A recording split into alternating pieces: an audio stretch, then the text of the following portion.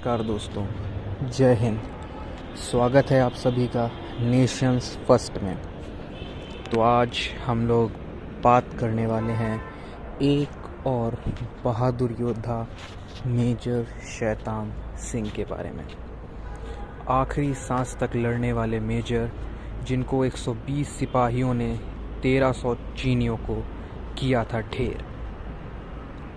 तेज़ बर्फीली हवाएं, शून्य से कम तापमान, खून जमा देने वाली ठंड और इससे बचने के लिए महज सूती कपड़े, काम चलाऊ कोट और जूते।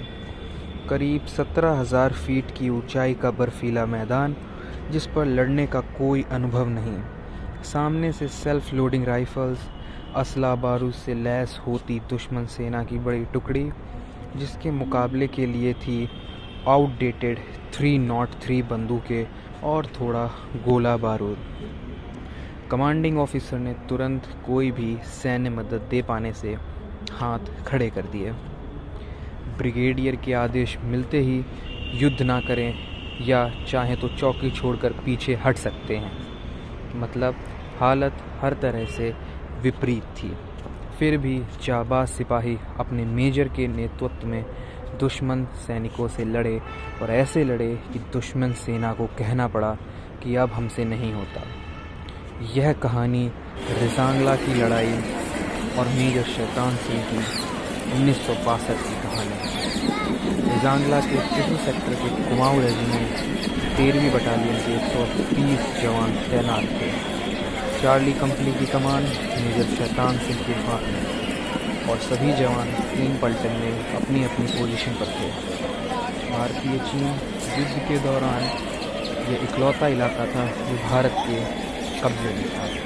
एलएसी पर काफ़ी तनाव था और सर्द मौसम की मार अलग पड़ रही थी, पर जवान मुस्तैदी से सीमा की सुरक्षा में खड़े थे।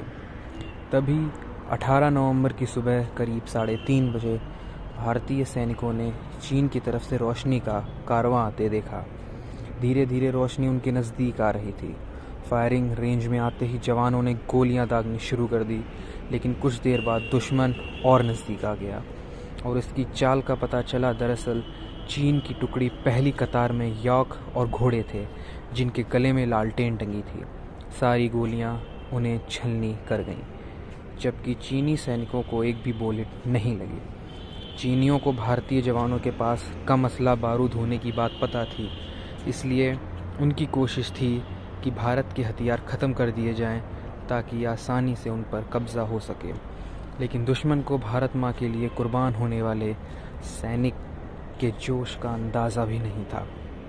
सुबह करीब 4 बजे सामने से फायर आए। 8-10 चीनी सिपाही एक पलटन के सामने आए तो हमारे जवानों ने 4-5 चीनियों को मार भिगाया और बाकी भाग गए। उधर 7 पलटन के एक जवान ने संदेश भेजा कि करीब 400 चीनी जवान उनकी पोस्ट की तरफ आ रहे हैं। तभी 8 पलटन ने भी मैसेज भेजा कि रिस की तरफ से करीब 800 चीनी सैनिक आ रहे हैं। मेजर शैतान सिंह को ब्रिगेड से आदेश आ चुका था कि युद्ध करे या चाहे तो चौकी छोड़कर छोड़ सकते हैं, परंतु पीछे हटने से मना कर दिया। मतलब किसी भी तरह सैन्य मदद की गुंजाइश नहीं थी। इसके बाद मेजर ने अपने सैनिकों से कहा कि कोई वापस जाना चाहता है तो वह जा सकता है, पर सारे जवान अपने मेजर के साथ थे। रणनीति बनाई गई, फायरिंग रेंज में आने पर ही दुश्मन पर गोली चलाई जाए। मेजर हर पलटन के पास जाकर एक जवान का हौसला बढ़ा रहे थे। कुछ देर की गोलीबारी के बाद शांति छा गई और पलटन से संदेश मिला कि हमने चीनी सैनिकों को खदेड़ दिया है और सभी जवान सुरक्षित हैं। तभी चीनियों का एक गोला भारतीय बंकर में आकर गिरा। मेजर ने मोर्टार दागने को कहा। चीनी कुछ देर के लिए पीछे हट गए। इसके बाद दुश्मन ने भारतीय चौकियों पर एक साथ गोलाबारी शुरू कर दी। हथियार धीमे धीमे कम हो रहे थे तो मेजर ने जवानों से कहा कि एक फायर पर एक चीनी को मार गिराओ और उनकी बंदूक हथिया लो। हमारे जवान फिर से चीनियों पर भारी पड़ने लगे। वे दोगुनी ताकत के साथ संख्या में लौटे। ज़बरदस्त बम्बार्डिंग शुरू थी। इसमें भारत के तीनों पलटन के बंकर तबाह हो गए। जवानों के शव इधर इधर बिखर रहे थे। घाटी में सिर्फ सफ़ेद बर्फ़ पर खून के निशान दिख रहे थे। इसी बीच मेजर शैतान की बाह में शेल का एक टुकड़ा लगा। एक सिपाही ने उनके हाथ में पट्टी बांधी और आराम करने को कहा, पर घायल मेजर ने मशीन गन मंगाई और ट्रिगर को रस्सी से अपने पैर पर बांध लिया। उन्होंने रस्सी की मदद से पैर फायरिंग शुरू कर दी। तभी एक गोली मेजर के पेट पर लगी और उनका बहुत खून बह गया। बार बार उनकी आंखों के सामने अंधेरा छा रहा था, लेकिन जब तक उनके शरीर में एक एक खून का कतरा था, वो दुश्मन पर निशाना ताकते रहे।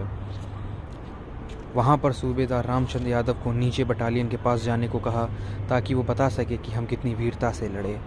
मगर सूबेदार अपने मेजर को चंगुल से नहीं आने देना चाहते थे, इसलिए उन्होंने शैतान सिंह को अपनी पीठ पर बांधा और बर्फ़ के नीचे लुढ़क गए।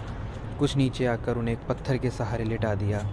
करीब 8:15 बजे मेजर ने अपनी आखिरी सांसें ली।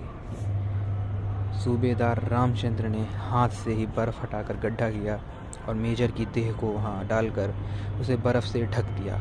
कुछ समय बाद युद्ध खत्म हुआ तो इस इलाकों को नो मैंस लैंड घोषित कर दिया गया। एक शव के पैर में रस्सी से मशीन गन बांधी थी। ये वही मेजर शैतान सिंह थे जिन्होंने 120 लड़कों से 1300 चीनी सैनिकों को मार गिराया। इसी कारण उन्हें मरणोपरांत परमवीर चक्र दिया गया, जबकि इस टुकड़ी के 5 जवानों को वीर चक्र और 4 को सेना मेडल मिला। लता मंगेशकर ने क्या गाया है, थी खून से लथपथ काया, फिर भी बंदूक उठा के 10-10 को एक ने मारा, फिर गिर गए होश गवा के। तो दोस्तों, आज मैं आपसे फिर दुआ करूँगा कि हमारे भारतीय सैनिकों के नाम जय हिंद और उनके लिए अपने दिल में जगह सदैव